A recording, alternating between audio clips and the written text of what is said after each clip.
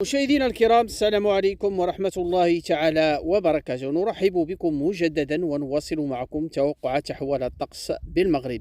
وكالعادة مشاهدينا الكرام غادي نعرفوا درجات الحرارة المرتقبة لعشر أيام القادمة إن شاء الله، وخصوصا إلى بداية الأسبوع المقبل.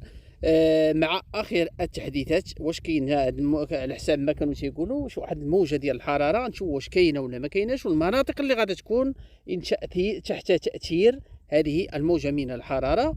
وغادي نعرفوا ان شاء الله التغيرات الجويه كبيره، عواصف رعديه قويه تدخل الى بلادنا هذا الاسبوع. يبقوا معنا تابعوا التفاصيل. في التفاصيل تشير آخر التحديثات مشاهدينا الكرام أن تستمر موجة الحرارة بالجهة الشرقية، خصوصا بوجدة وتوريت وتندرارة، وكذلك إن شاء الله بأوطة العاج وإفران وميدالت، وسوف تشمل كذلك منطقة الحوز. بخصوص يوم الجمعة، فيرتقى بمشيئة أن تظل الأجواء حارة بالمناطق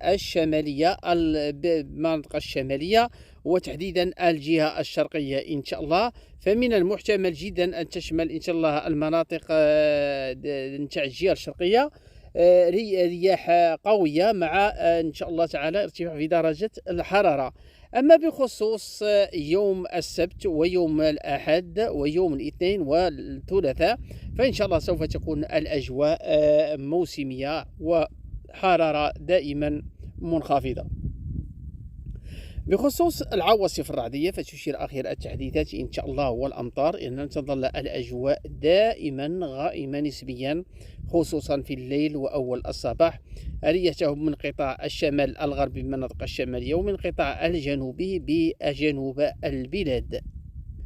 وفيما يخص مشاهدينا الكرام توقعات يوم الثلاثاء، فتشير آخر التحديثات إلى أن تظل الأجواء قليلة السحب إلى غائمة، مع تشكل عواصف رعدية، وذلك على مرتفعات الأطلس الكبير والمتوسط بداية المساء. عواصف رعدية إن شاء الله مرتقبة بمنطقة وجدة، وكذلك بساكا، تاونات، تازة، وإفران، والماس، خنيفرة، والزاوية الشيخ، واتزم، كما تشوهتهم أزلال، وأكادير، بوعشيبة، وكيمدن، وأي داود إن شاء الله.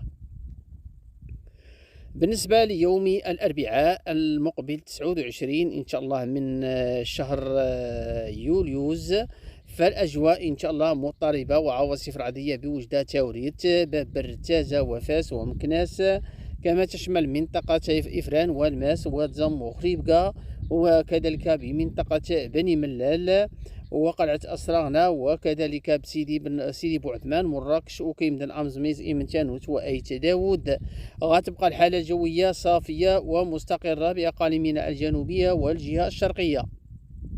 ونهار الخميس إن شاء الله 30 يوليوز غادي تتغير الحالة الجوية، حيث نلاحظ إن شاء الله دخول سحب إن شاء الله وتيارات هوائية باردة ببلادنا، مع استمرار عواصف رعدية على الواجهة المتوسطية، وسوف تشمل منطقة وجدة وبركان، تاوريت، ساكا، دريوش، والساقن، وشفشاون، وتطوان، وكذلك بوزان، كما تهم إن شاء الله منطقة مكناس، والخميسات، وتيفلت، ومعازيز، والرماني، وبير النصر، والقارة، والحاجب، وأقوراي، ولولا، وراس العين، وسطات، وكذلك بسيدي بالنور، واليوسفية. عواصف رعدية قوية.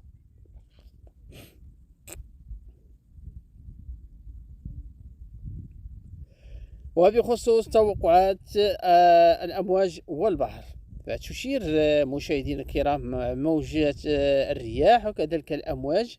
غادي نشوفوا الأمواج مشاهدينا الكرام.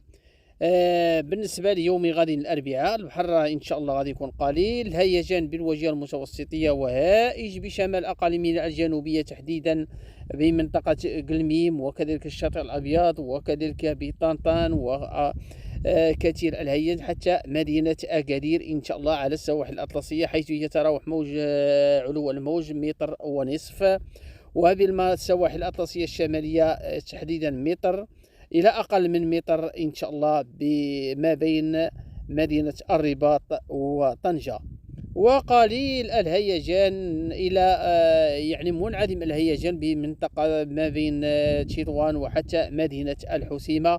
على العموم طول السواحل الأطلسية قليل الهيج وقليل الهيجان جدا الإخوان. بخصوص يوم الخميس فنلاحظ البحر قوي الهيجان إلى هائج على السواحل الأطلسية الشمالية بعلو 1.1 متر، وبالسواحل ما بين مراكش وحتى إن شاء الله مدينة طنطان أو أخفنير إلى طرفايا، حيث علو الموج يتراوح بين 1.5 متر وكذلك إن شاء الله 1.5 متر دائما، حتى الشاطئ الأبيض 1.4 وسيدي إفني 1.3، وكذلك بأيت عميرة وبالفاع إلى علو 1 متر. وبالنسبة يوم الجمعة نلاحظ البحر القوي الهيجان مشاهدينا الكرام بهذه المناطق، حيث يتراوح علو الموج بهذه المناطق خاصة أكادير وتيزنيت ما بين الصويرة وأكادير قوي الهيجان بعلو 2 متر. وبالنسبة ليوم السبت قوي الهيجان مشاهدينا الكرام، فالبحر هائج يعني صعيب شوية بعلو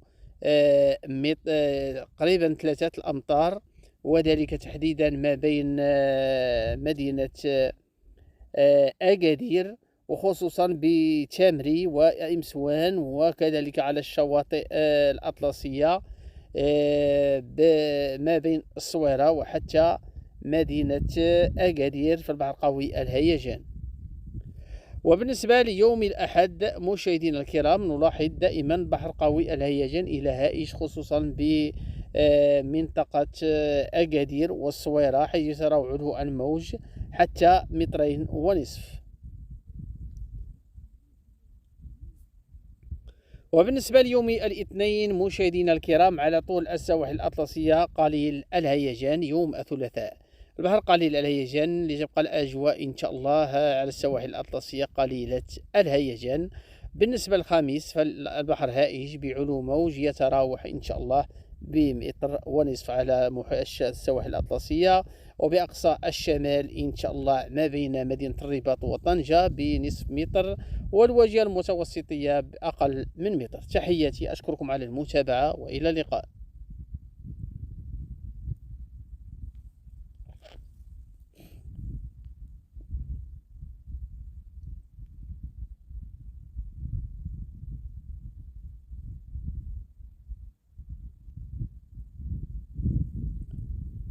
حتى الرياح الأيام المقبلة إن شاء الله راه غتكون رياح قوية، خصوصا يوم غادي بأقل من الجنوبية. بالنسبة ليوم الخميس دائما أجواء غادي تكون مضطربة بداية من يوم الثلاثاء المقبل، حيث نلاحظ هبات رياح قوية بالجهة الشرقية، رياح قد تصل قوتها إن شاء الله تعالى إلى 64 كيلومتر.